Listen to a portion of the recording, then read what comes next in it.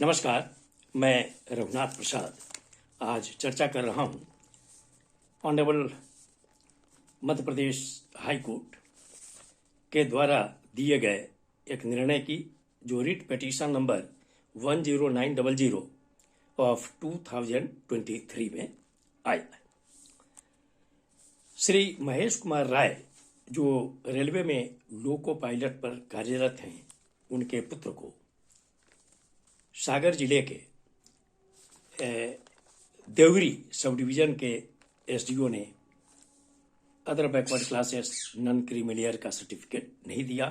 वो अपील में गए और अपील में भी जो रिमांड किया गया केस को कमिश्नर के द्वारा, तब भी एसडीओ देवरी ने उन्हें नहीं दिया सर्टिफिकेट ओबीसी नॉन क्रीमिलियर का। परिणाम ये हुआ, जबकि ये इन्होंने महेश कुमार ने एक अपने विभाग से लिखवा कर दिया था एक सर्टिफिकेट लोको पायलट इंस्पेक्टर से, जो वेस्टर्न सेंट्रल रेलवे भोपाल की जो लोको पायलट का पोस्ट है वो ग्रुप 3 का, क्लास 3 का पोस्ट है, लेकिन उसको भी मान्यता नहीं दी गई।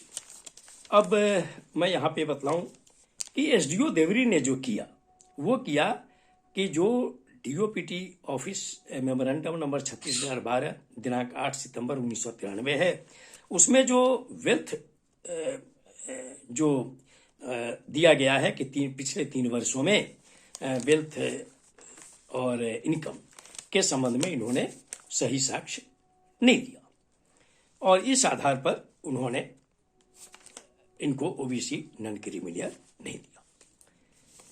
और मैं यहाँ पर यह बतलाना चाहूँगा कि ये मामला गया अंततः हाई कोर्ट मध्य प्रदेश में। पिटिशनर की ओर से डीओपीटी ऑफिस मेमोरेंडम नंबर 36012 दिनांक 8/9/1993 और 36033 दिनांक 14/10/2004 के प्रावधानों को रखा गया, परंतु सरकार की ओर से जो गवर्नमेंट एडवोकेट श्री मानस मणि वर्मा पेश हुए, उन्होंने विशेष रूप से 14 अक्टूबर 2004 के पारा 9 की चर्चा की, जो वास्तव में वैसी संस्थाओं के लिए है जिसका इक्विवेलेंस नहीं हुआ। और ये तो महेश कुमार के मामले में तो इसका कोई मतलब भी नहीं था। इसलिए मतलब नहीं था कि ये तो रेलवे में लोको पायलट हैं, और रेलवे भारत सरकार की सबसे बड़ी संस्था है, प्योर गवर्नमेंट, और सारा देश जानता है इस बात को कि लोको पायलट का पद क्लास 3 का पोस्ट है, ग्रुप सी का पोस्ट है।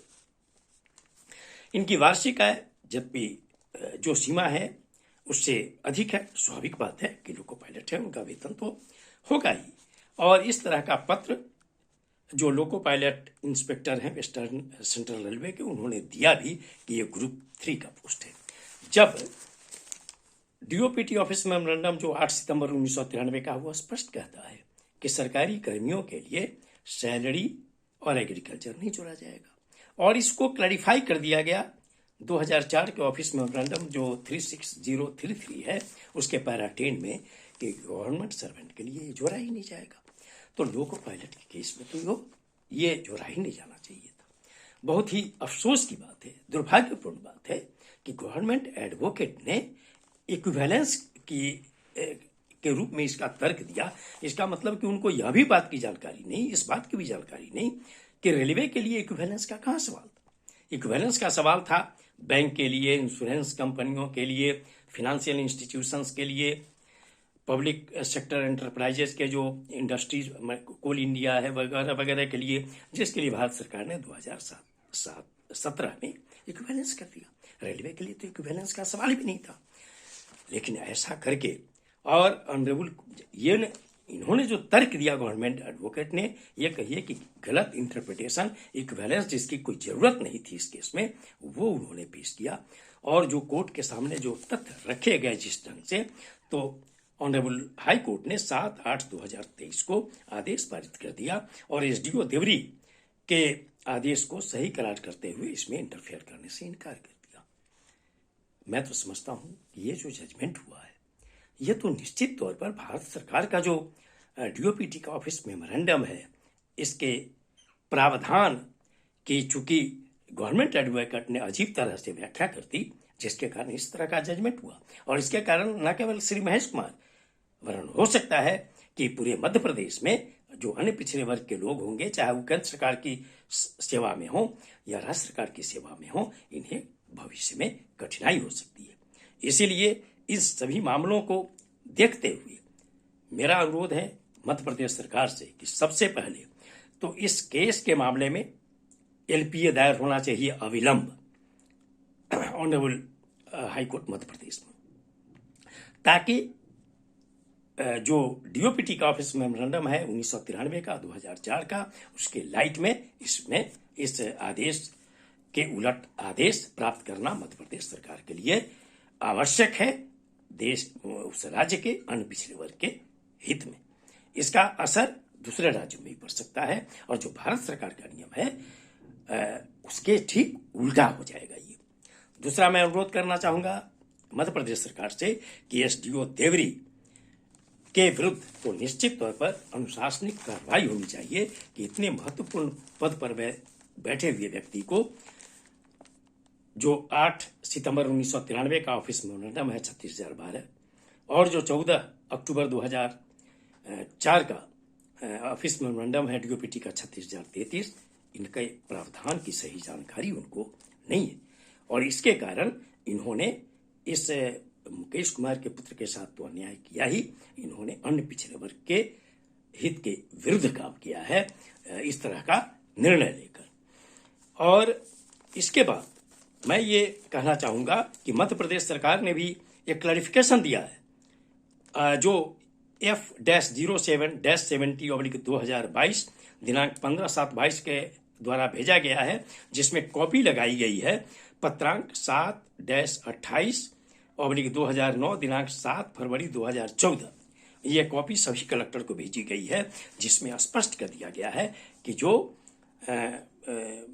माता पिता की आय देखी है वो माने ये सैलरी और एग्रीकल्चर को नहीं टेकअप करना है। प्राइवेट फर्म का चूंकि इक्विवेलेंस नहीं हुआ है तो उसमें अभी प्रॉब्लम है, उसमें जोड़ा जा रहा है, लेकिन जो सरकारी संस्थाएं हैं उसमें आय, वेतन से आय और कृषि को नहीं जोड़ा जाना है। यह मध्य प्रदेश सरकार ने 2014 में ही क्लैरिफिकेशन कर दिया। इस एसडीओ को मध्य प्रदेश सरकार के भी आदेश की कोई जानकारी नहीं है, इसीलिए इनके विरुद्ध तो निश्चित तौर पर डिपार्टमेंटल प्रोसीडिंग स्टार्ट होना चाहिए और इन्हें पद से हटाया जाना चाहिए ऐसे महत्वपूर्ण पद से। दूसरा कि जो गवर्नमेंट एडवोकेट हैं श्री वर्मा जी, उनके विरुद्ध भी कार्रवाई होनी चाहिए कि इस मामले में उन्होंने honourable Madhya Pradesh high court के समक्ष इक्विवेलेंस का मामला लाकर, जबकि ये रेलवे एम्प्लॉय का मामला था, इन्होंने आउट ऑफ वे काम किया, गलत इंटरप्रिटेशन पेश किया और भारत सरकार के जो प्रावधान हैं जिसका क्लैरिफिकेशन मध्य प्रदेश सरकार ने 2014 में दिया, इसके विरुद्ध उन्होंने काम किया। इसलिए उनको भी पद से हटाया जाना चाहिए और उनके विरुद्ध भी कार्रवाई होनी चाहिए। और मैं पुनः अनुरोध करता हूं मध्य प्रदेश सरकार से कि एलपीए तो अविलंब दायर किया ही जाना चाहिए। ये वीडियो आपको अच्छा लगा हो तो निश्चित रूप से लाइक करें, शेयर करें। अब तक मेरे चैनल को आपने सब्सक्राइब नहीं किया तो सब्सक्राइब करें, बेल आइकन को टच करें ताकि मेरे हर आने वाले वीडियो का नोटिफिकेशन आपको तुरंत मिल जाए। आप सभी लोगों के लिए शुभकामनाएं। धन्यवाद। जय हिंद।